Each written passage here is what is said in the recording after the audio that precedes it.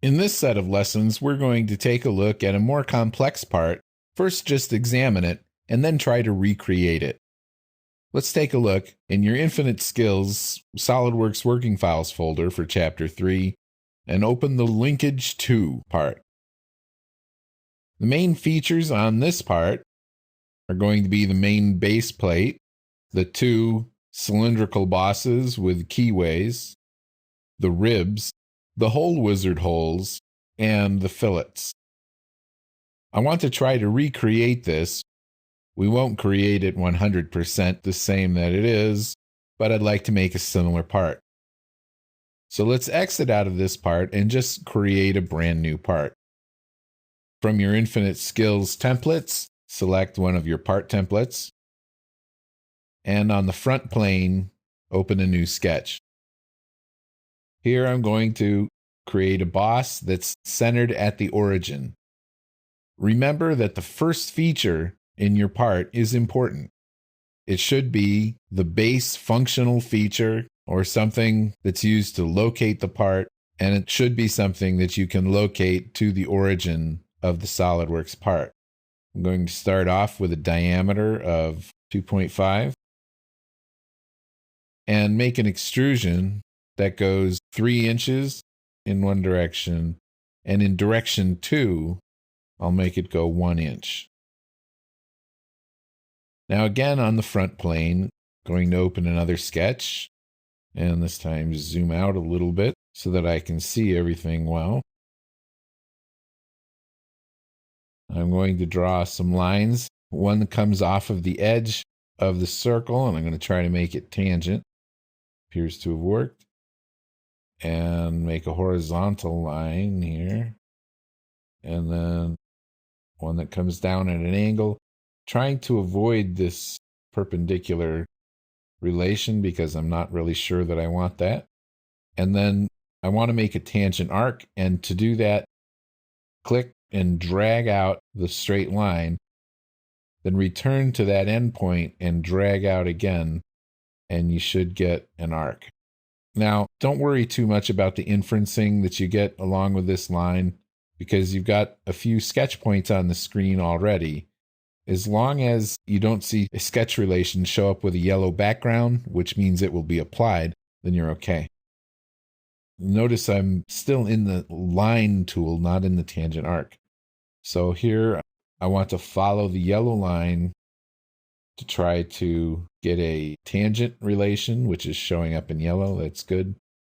And then another horizontal line and another tangent arc.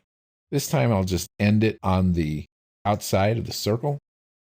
And I know I've got a little bit of cleanup work to do here. So I'll move this line up. Working with tangent arcs is probably the most frustrating thing that you'll do in SOLIDWORKS sketches. So I'm going to establish the tangent relationship here and start putting in some real dimensions.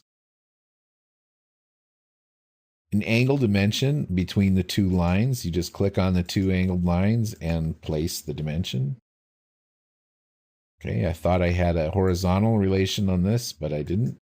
So I'll go ahead and place that now. Make a 45 angle dimension on this line. Notice that you can place any of the dimensions that you would like to. I'm going to place this one so it shows 45. And this arc, I want to make it 1 inch radius. Now, this one's going to be tricky because the angle has flipped. Let's see if I can handle it. The angle is going the wrong way. I want the angle to flip. So I'm going to type in 12 first, and then I'm going to flip the angle. Okay, so that's one way to manage angular dimensions. Let's put in a dimension between here and here. And this should be 3 inches. Also, a dimension from the center to this line, which is 2.5 inches. I want the dimension from the center of this to center of that, both horizontal and vertical. And remember that you can get these dimensions however they line up just by moving the mouse around into different positions. And then to lock the dimension into that particular orientation, just use the right mouse button and key in your dimension. Okay. And now we've got this blue line up at the top. I'm not sure what we need to do to lock it down. And if you just drag it, it should make it obvious what's going on. And it seems that it's missing its tangent relationship that I thought we had created. Now we have a fully defined sketch. The only problem is that this sketch is not closed. Notice that it's open, but it touches the face of the solid. So here's what we'll do.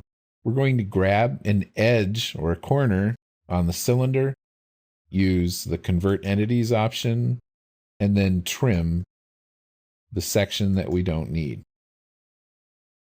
With this now, we'll extrude, and we'll make this 3/4.